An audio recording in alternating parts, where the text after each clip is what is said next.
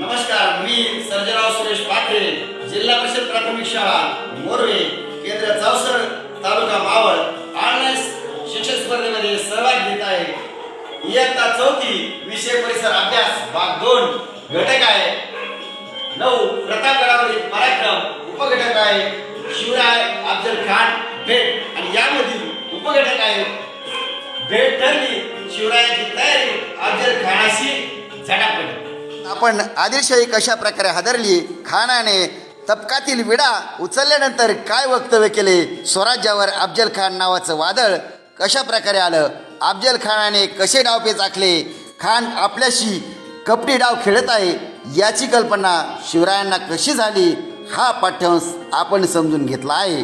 या पुढील पाठ्यांश भेट ठरली, प्रतापगडाखालच्या माचीवर भेटण्याची जागाही ठरली, दिवस ठरला, वेळ ठरली. भेटीच्या वेळी दोघांनी आपल्याबरोबर एक एक सेवक आणावा आणि आपले 10 अंगरक्षक ठरलेल्या ठिकाणी दूर ठेवावे असे ठरले. महाराजांनी खानासाठी चांगली वाट तयार करून घेतली. भेटीसाठी छानसा शामियाना उभारला. शिवराय फार सावधगिरीने वागत होते. त्यांनी आपल्या सैन्याच्या निरनिराळ्या तुकड्या केल्या. जंगलात कोणी कोठे लपून राहायचे, काय करायचे याबद्दल त्यांना सूचना दिल्या. कडोकोट बंदोबस्त केला. खान कपटी आहे, शिवरायांना त्याची जाणीव होती असे त्यांना काही सल्लागारांनी सांगितले की तुम्ही त्यांची भेट घेऊ नका. पण शिवरायांनी खानाची नक्की भेट घ्यायचे ठरवले. भेटीची तयारी. भेटीचा दिवस उजडला. सकाळी शिवरायांनी भवानी देवीचे दर्शन घेतले. थोड्या वेळाने त्यांनी पोशाख करण्यास सुरुवात केली. पायात सुरवार चढवली, अंगात चिलखत घातले, त्यावर जरीचे कुडते व अंगरखा घातला, डोक्यास जिरोटोप घातला, त्यावर मंदिल बांधला, डाव्या हाताच्या बोटात वाघनखे चढवली, त्याच हाताच्या अस्तनीत बिचवा लपवला, सोबत पट्टा घेतला. शिवराय खानाच्या भेटीसाठी असे तयार झाले. बाहेर सरदार उभे होते. शिवराय त्यांना म्हणाले, गड्यांनो, आपापली कामे नीट करा. भवानी आई यश देणार आहे. पण समजा आमचे काही बरं वाईट झाले तर तुम्ही धीर सोडू नका. संभाजीराजांना गादीवर बसवा. मासाहेबांच्या आज्ञेत वागा. स्वराज्य वाढवा. रयत सुखी करा. आम्ही निघालो. शिवराय निघाले.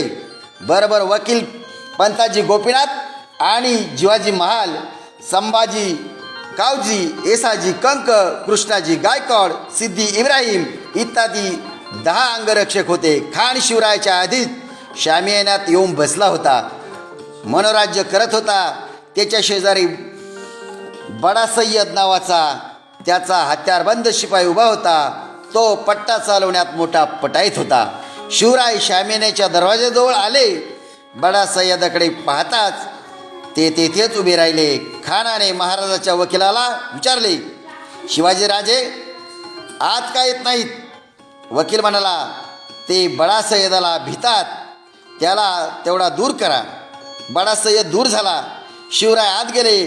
खान उठून म्हणाला, या राजे, भेटा मला. अफजल खानाशी झटापट.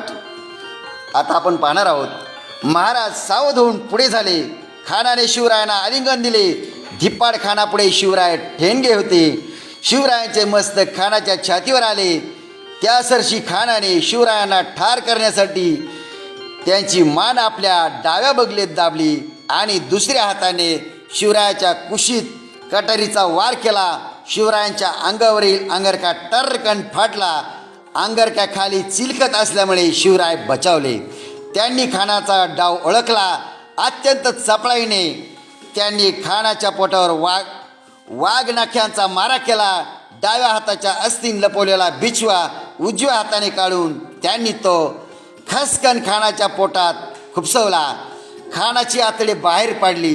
खान कोसळला. एवढ्यात त्याचा वकील कृष्णाजी भास्कर पुढे आला. त्याने शिवरायावर तलवारीचा वार केला, पण शिवरायांनी पट्ट्याच्या एका घावात त्याला ठार केले. ही खानाखणी ऐकून बडा सय्यद शामियानात घुसला. तो शिवरायावर वार करणार. तेवढ्यात जिवाजी महाल धावून आला. बडा सय्यदचा वार आपल्या अंगावर घेऊन जिवाजी महालाने एका घावात त्याच्या जागच्या जागी ठार केला. होता जीवा म्हणून वाचला शिवा अशी म्हणून पुढे रूढ झाली.